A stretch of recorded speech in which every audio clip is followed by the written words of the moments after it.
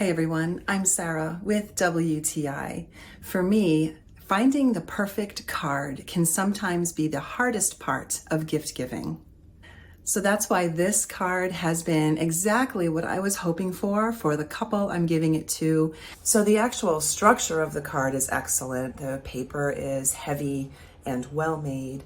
I really love the simple and adorable drawing on the front, and because of the way this card is worded, I feel like it's really versatile. It's going to fit into a lot of different occasions that you might be looking for, and then you can write your own feelings and your own thoughts on the inside.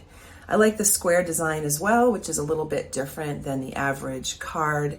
But again, I was looking for a card to give to a couple, and I can't always find the kind of card that I'm looking for to say exactly what I want. So that's why I really like the freedom of a blank card. But the message on the outside is lovely as well. So it's really the whole package. And I'm using it for an anniversary card, but there's lots of other uses that you could fit this card into. I really like the fact that it has that versatility. And that's why this card was the best choice for me. And that is my point of view.